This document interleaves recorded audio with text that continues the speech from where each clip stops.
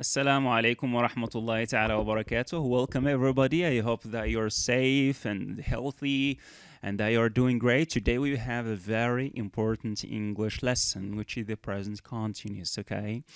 So by the end of this lesson, I hope that we'll be able to we'll have realized actually the following objectives, okay? We are going to briefly review the present simple, right, before we move on to the new lesson, which is the present continuous, and then we'll move to explore and all the forms of the present continuous, okay? And I hope also by the end you'll be able to use the present continuous correctly and appropriately, okay? So let's start first with the review of the present simple or the simple present.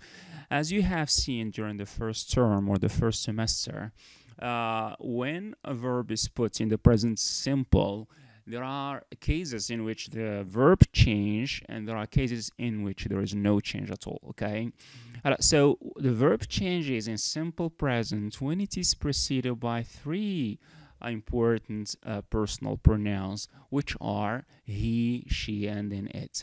When the verb is preceded by any of these personal pronouns, then there must be some changes. The verb may take s, sometimes it may take es, and sometimes it may take is. Of course, we have already seen during the first term the cases in which we have to add s, especially when the verb ends in e, or when the verb ends in a consonant, or when the verb ends in a vowel preceded by in y, when the verb ends in y preceded by vowel, and es when the verb ends in ch or ish or s or double s, z or double z, or o, the verb, or x, the verb here, right, takes es. And when the verb ends in y preceded by a consonant, like the verb study, there is y preceded by d, which is a consonant. Here we have to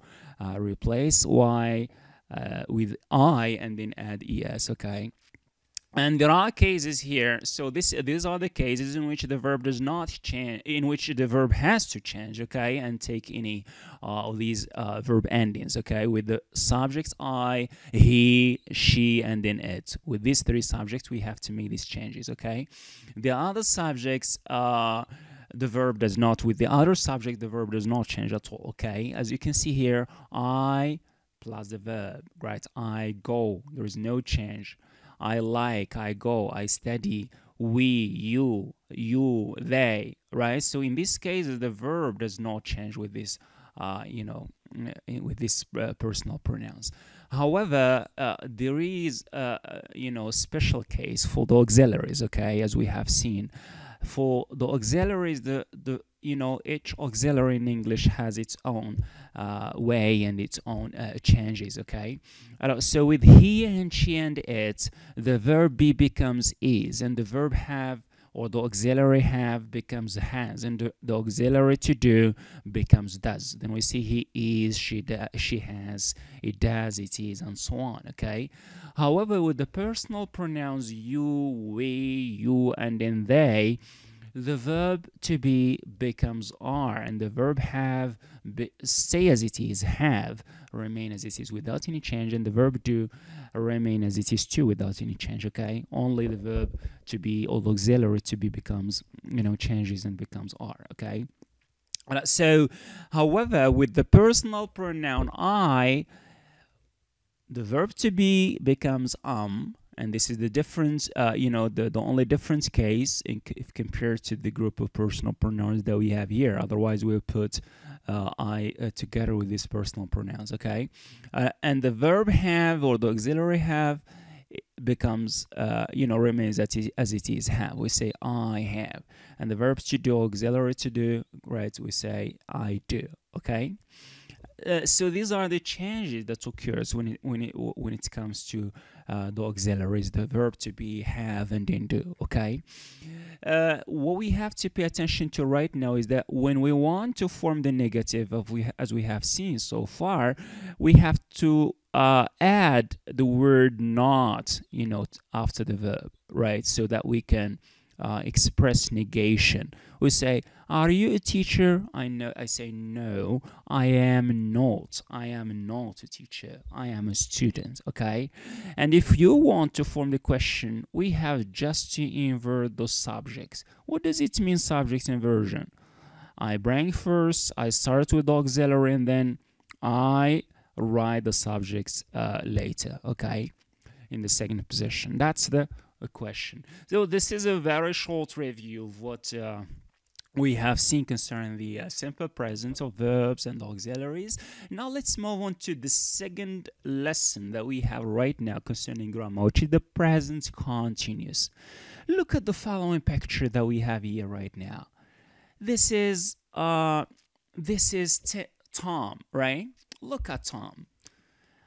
I'm going to ask you a very short question concerning Tom. The time right now is now. The time is now. Can you answer this question? What is Tom doing now? What is Tom doing now? Can you guess? Yes, very good. He is playing football. He is playing football. Very good. Let me ask you a different question about Tom. Is Tom playing basketball? No, he isn't playing basketball.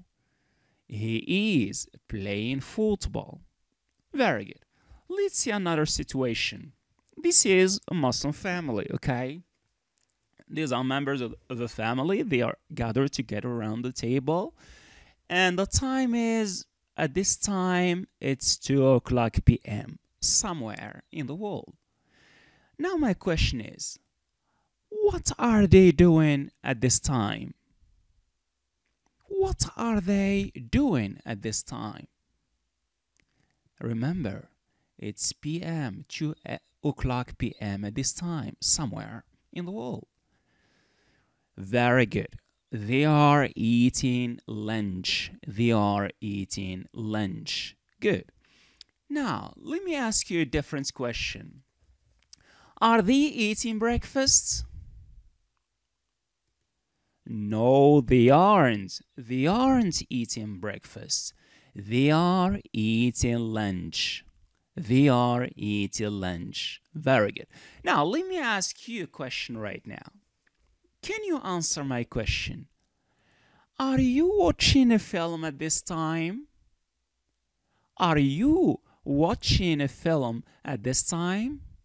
No, teacher, I'm not watching a film now.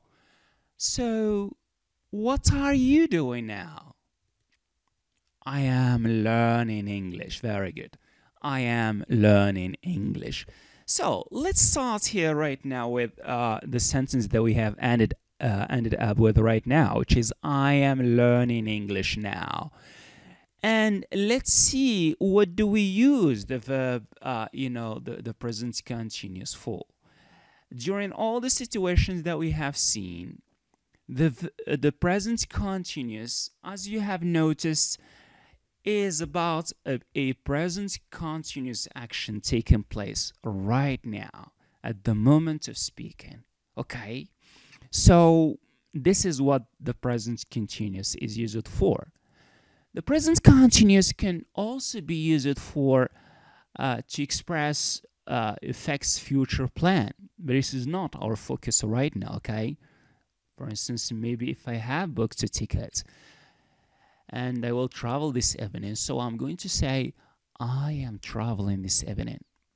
Anyway, don't worry about the other uses of the present continuous apart from this present continuous action at the moment of speaking.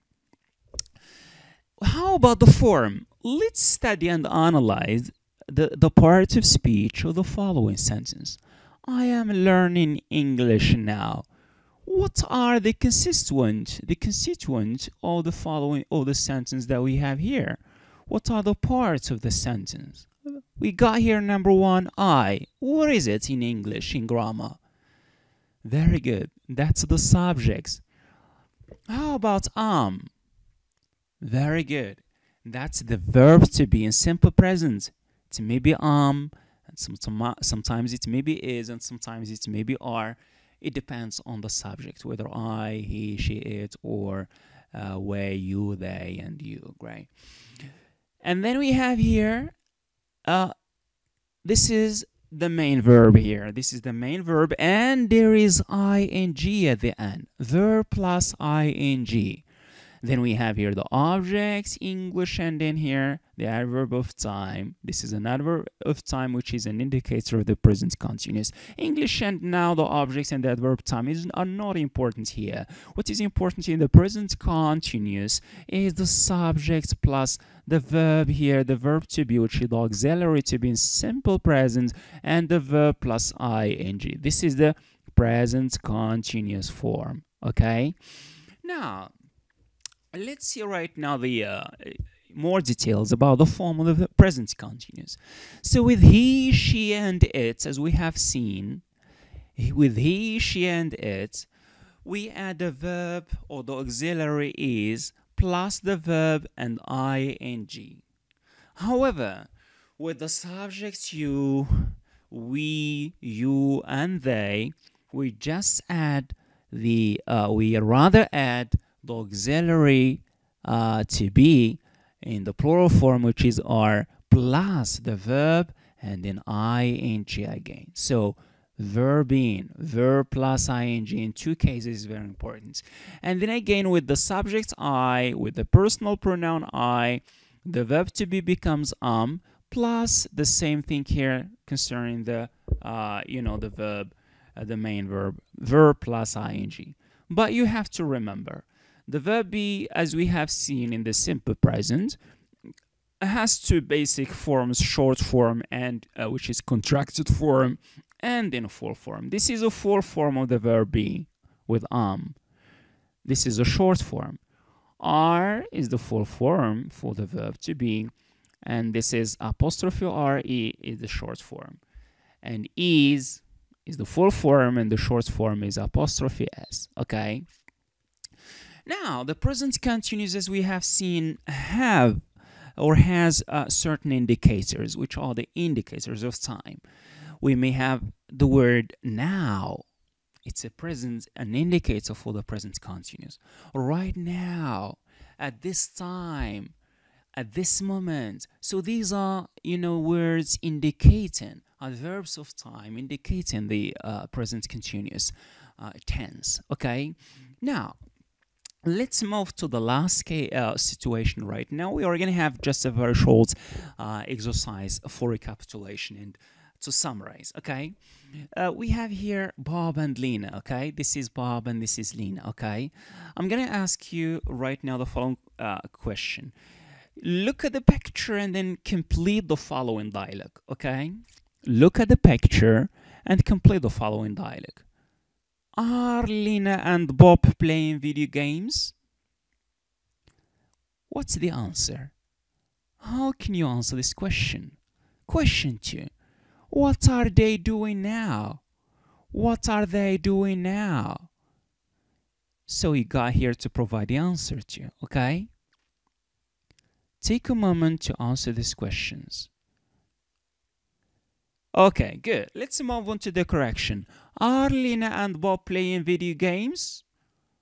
Oh no, they aren't. They aren't playing video games. So, what are they doing now? They are playing football. Very good. I hope the lesson is clear right now. I hope that you know all the forms of the present continuous, and I hope that you can now use the present continuous correctly and appropriately. Thank you very much and see you next time. Assalamu alaikum wa rahmatullahi ta'ala wa barakatuh.